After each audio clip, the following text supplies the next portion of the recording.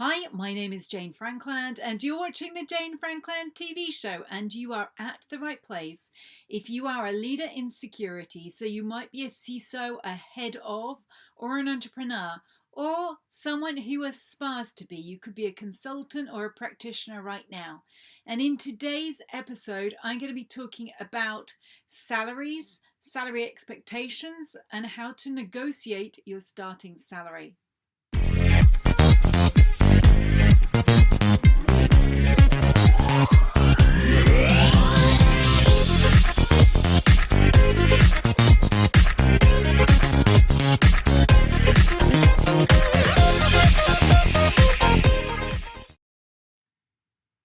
So today's question comes in from Marianne, and she asks, Hi Jane, I'm contacting you because I need your professional advice and reassurance as a woman.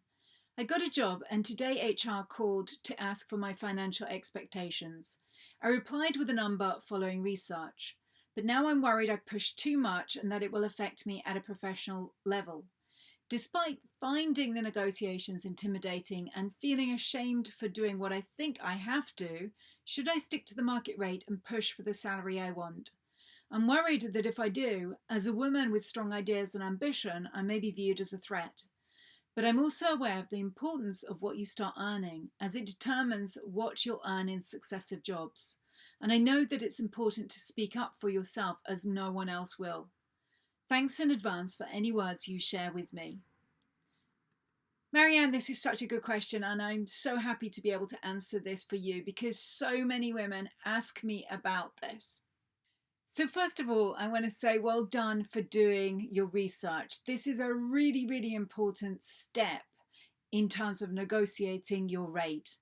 The second thing I'm going to say is you are in charge of how you feel. No one makes you feel like that other than yourself. You give permission to yourself for feeling intimidated and so forth. So take control, seize control, and know that you have the power to change that. Don't think that you won't get what the salary that you have asked for. You really have to believe that you are worth that salary, because if you don't believe it, then nobody else will. Now, I want to tell you a little story about when I first started with my first job, and I was so happy to get this job offer, and I didn't negotiate at all. I was, I just thought, wow, okay, this is amazing. I've got this amazing opportunity here, and I felt so lucky and I was so full of gratitude. And I started, it was a fantastic opportunity, great company, great training. And then I found out that someone, he was a he, had also joined, and he didn't have as much experience as me, and yet he actually had over twice my salary, my base salary for the job, and he had negotiated hard, and respect to him. But I learned a lesson, in terms of, start as you mean to go on, and do negotiate. You are starting your whole career. And just as you said in your message to me, you're worried that if you don't push back and negotiate hard on this, that it will affect your future earnings. And you're right to think that, because it will. This is your starting salary, and everything starts from this. With HR, it's often the case that they will look at your previous salary and pretty much, take that, add a little bit more on, but that's almost as good as it gets. They won't necessarily pay you your market rate. And actually, in terms of, thinking about your hiring managers, it just makes their job much easier if you are actually paid the market rate, because it means that they're not having a battle with HR, which is normally the case.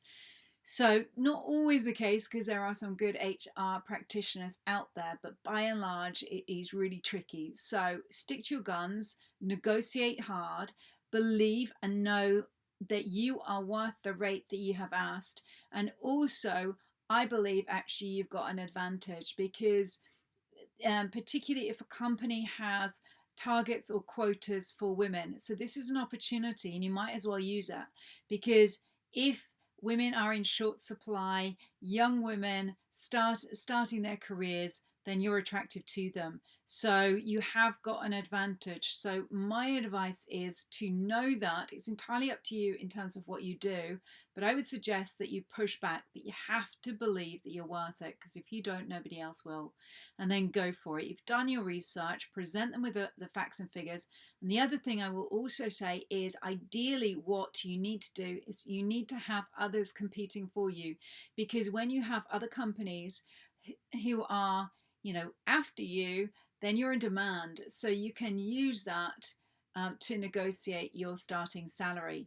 Never, I would advise you never ever to push the other companies aside until you have actually got your offer letter and it's all done and dusted with the company of your preference. Because again, if you do that, if you say cheerio to those other companies that may be interested in you, you are at a disadvantage. So you've got nothing to leverage on. So I hope this has helped you. I'm going to be doing a data sheet. Chances are there'll be much more information in that data sheet. It will be available in the Insecurity Club. So all the details are going to be below this video.